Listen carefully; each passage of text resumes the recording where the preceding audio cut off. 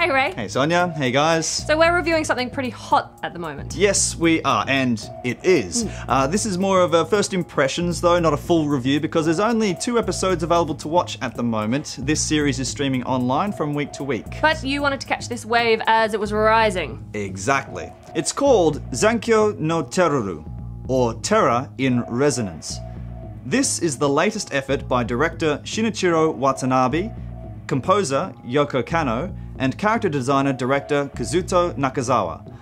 The series takes place in a seemingly complacent, alternate version of Tokyo, where a terrorist attack has devastated the city. Widespread paranoia ensues as the government desperately scrambles to identify the culprits who, unbeknownst to the authorities, go by the names 9 and 12 under a faction called Sphinx. Their objective is to wake the world from its reverie. The premise is thrilling, and straight away we're into that action. Yeah, the start of the series is very cinematic. Yeah. It feels very much like a giant film as opposed to the episodic nature of most anime series, which is really nice. Think something like Kids on the Slope as opposed to Cowboy Bebop. Yeah, and the character design is really solid too. I mean, we've only seen the tips of these icebergs. It's all very mysterious. Yes, and I like how we haven't established a hero figure as such yet. We have our main characters, those of the terrorists, the accomplice, and the investigators, but to categorize them in a hero or villain sense doesn't feel quite right. I sense that Watanabe is going to pull the rug out from under us with this one. It's exciting. It is. Yeah. It's suspenseful. I think the combination of still frames and minimal sound support this intention. By focusing on these characteristics, it contrasts to the roar of the stimuli often associated with large cities. Think of going into a shopping centre when everything is shut. You know, you stop and listen to the silence and it eerily draws you in. Absolutely, and it goes without saying that the character design is perfect for this story. If you like the art in Kill Bill Volume 1 or The Animatrix, for example, then you might want to take a look at this series. Nakazawa gives the characters a sharper look with angular, slightly elongated features. This helps create an edge, if you like, to this world. There's also a nice use of contrasting shots too. It's set in summer, so outside there's lots of white light bathing everything in a very flat spectrum, but spliced in between these scenes are shadowy, silhouetted shots where the light source may only be that of a window or an exit sign.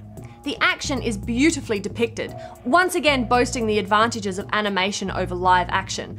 The flexibility of shots and sequences makes for compelling storytelling. I'm glad you mentioned that because I thought Watanabe is really trying to give the camera a character here as opposed to his other works. For example, when a character is running, he might shift the focus in and out to give a sense that we're part of the action too, as though we were trying to capture that moment for ourselves. In another moment, I noticed that instead of staying still on 2 stationary characters, the camera moves ever so slightly as though it were breathing. That's really well observed. Thanks, but I can't take full credit. I don't think I would have noticed if I hadn't seen the subtitles moving within the frame. But this kind of documentary style, or it makes it feel like a documentary because it's gritty. And that's an interesting choice because I anticipate that this series is going to be a statement on humanity and our role on Earth. Yeah, it does have that kind of vibe to it, doesn't it? And I thought the dialogue was really natural too, did you? Oh yeah, I did for the most part. It's economic, which is nice, and we allude to the circumstances and the character histories as opposed to broadcasting them. What have you thought of the series overall though, Sonia? So far? Yeah. I am hooked. I definitely want to know what happens next, especially to Lisa. Yes. It's intriguing that early on she had to make a decision about life or death, and that the weight of this decision for her personally is a microcosm for the entire story, or what I think it will be.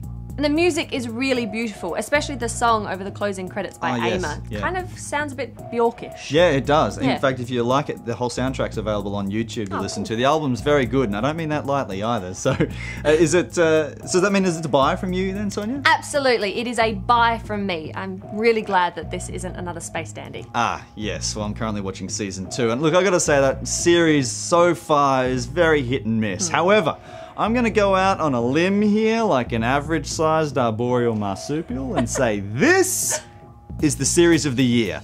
That's right. Did you say fresh? Indeed, that's right. This series is dangerous. I'm not talking about, huge over-the-top action and impressive, violence. Instead, the menace is understated, Yeah. and it feels real, and I like that, so I'm giving it a buy. Plus, the motorcycle action is badass, so it's an extra thumbs up. So is that like a buy plus? Well, kinda, it's like I give it a thumbs up, and plus a thumb, like it's like a wink. But you've only got 2 thumbs. Yeah, well, let's just go with it.